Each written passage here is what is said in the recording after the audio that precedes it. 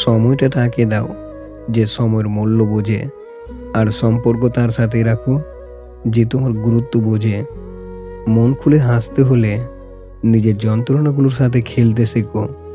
কিছু মানুষ ভালোবাসতে জানে কিন্তু মূল্য দিতে জানে না। ভুল করতে পারে কিন্তু ক্ষমা চাইতে পারে না, কারণ তাদের শিক্ষা আছে, বিবেক নেই।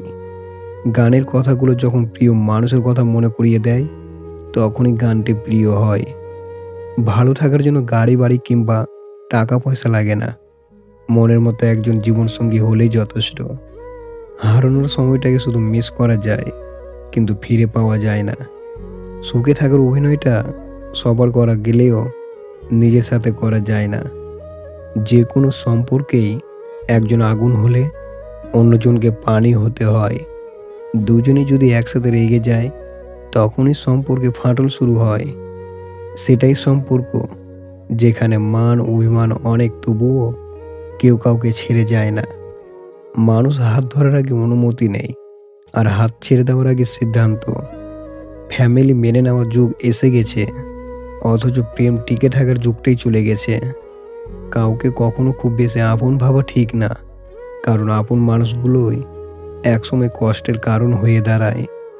আপন মানুষদের কাছে শিখেছি আপন বলতে কিছুই নেই। চোখের জল তখনই আসে যখন মুখের কথা বুকে এসে আঘাত করে। শুরু করতে স্বপ্নের প্রয়োজন, এগিয়ে যেতে ইচ্ছার প্রয়োজন, আর শেষ করতে দৃঢ়তার প্রয়োজন। আজকাল মানুষের কাছে সব কিছুই আছে, যেটা নেই সেটা হল মনুষ্যত্ব বোধ। একটি গাধা এবং একটি শিয়াল বনের মাঝে ঝগড়া শুরু করলো। গাধা বলল, ঘাস হলুদ। শিয়াল বলল, না, ঘাস সবুজ। যখন এই বিতর্ক চরম আকার ধারণ করলো, তখন তারা বিচারের জন্য বনের রাজা সিংহের কাছে গেল। সিংহ শিয়ালকে পুরনো 1 মাস বন্দি রাখার এবং গাধাকে মুক্তির আদেশ দিল। শিয়াল সিংহকে প্রশ্ন করল, এটা কি ন্যায় বিচার? ঘাস কি সবুজ নয়? সিংহ উত্তর দিল, ঘাস অবশ্যই সবুজ, কিন্তু আমি তোকে বন্দি রাখার আদেশ করেছি কারণ তুই গাধার সাথে তর্ক করেছিস। এই গল্পের সার কথা হলো, আজকাল আমরা অনেকেই অযথা তর্কে জড়িয়ে পড়ি। এমন মানুষের সাথে আমরা তর্কে লিপ্ত হই যাদের ব্যাপারে আমরা জানি পৃথিবীর সকল প্রমাণ যদি তাদের মতবাদের বিপক্ষে দাঁড় করানো হয়, তবুও তারা তাদের ভুল স্বীকার করবে না। যত বড় হচ্ছি তত বুঝতে পারছি প্রয়োজন ছাড়া আর কেউ আপন হয় না। কষ্টের পরিমাণ যখন অনেক হয়ে যায়, তখন মানুষ কাঁদে না, তখন চুপ থাকতে শিখে যায়।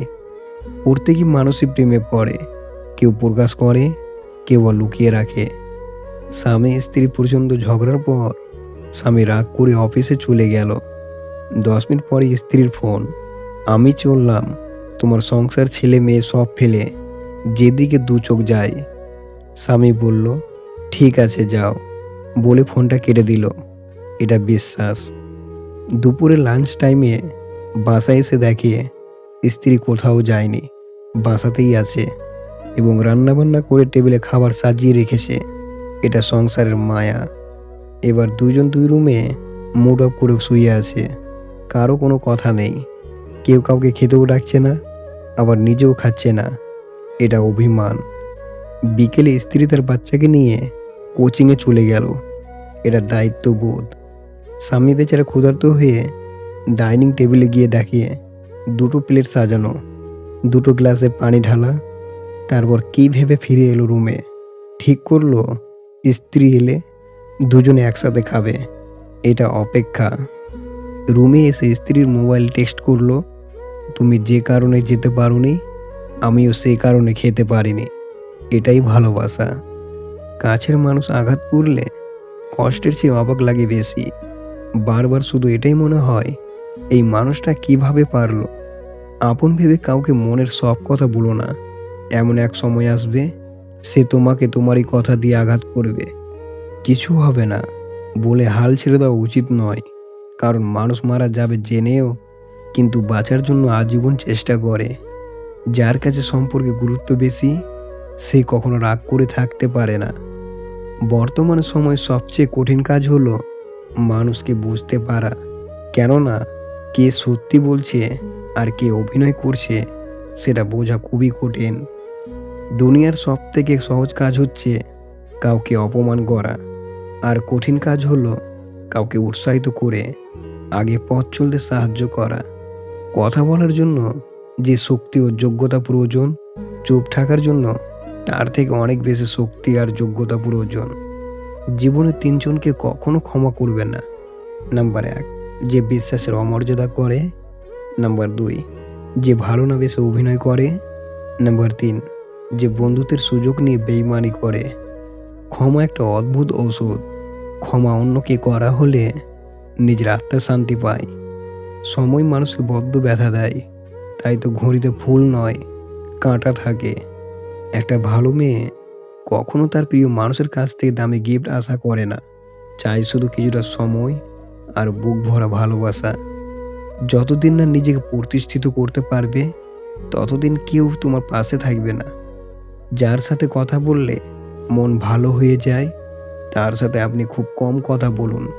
কারণ যে ঔষধ আপনি বেশি বেশি সেবন করবেন, সে ঔষধ আস্তে আস্তে করে আপনার উপর থেকে কাজ করা বন্ধ করে দেবে।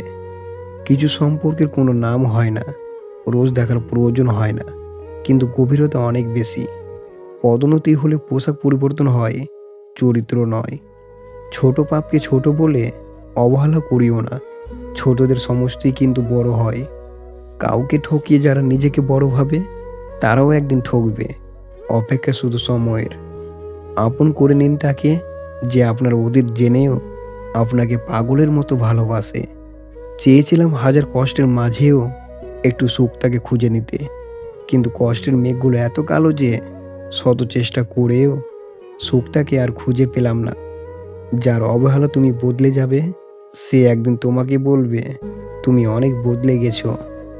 গরিব ছেলেদের বিয়ে করুন, কারণ তারা অর্থের অভাব ভালোবাসা দিয়ে পুষিয়ে দেয়। কিছু মানুষ 10 জনের সাথে প্রেম করেও শেষ পর্যন্ত কারোরই হতে পারে না। আবার কিছু মানুষ জাস্ট প্রেমে পড়ে আর সারা জীবনের মতো তাকে ভুলতে পারে না। যার দুঃখ বেশি, তার প্রতি রবের ভালোবাসা বেশি।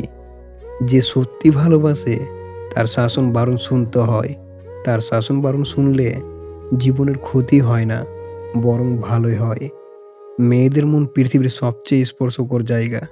এই মন অনেক কঠিন বিষয় সহজে মেনে নেয়, আবার অনেক সহজ বিষয়ে সহজে মেনে নিতে পারে না। বাস্তবতা বড়ই কঠিন, কখনো কখনো নিঃসুপ বানিয়ে দেয়। একজন ভালো স্ত্রী হতে স্বামীর ভালোবাসা প্রয়োজন। একজন ভালো রাঁধুনি হতে স্বামীর প্রশংসা প্রয়োজন। একজন ভালো মা হতে স্বামীর সাহায্য প্রয়োজন। একজন গৃহবধূ হতে স্বামীর সহযোগিতা প্রয়োজন।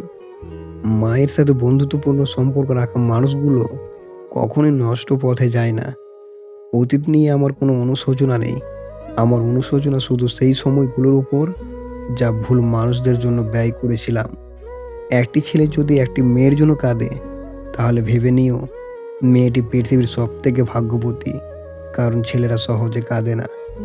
মা যে কতটা আপন, সেটা মায়ের থেকে দূরে থাকলেই বোঝা যায়।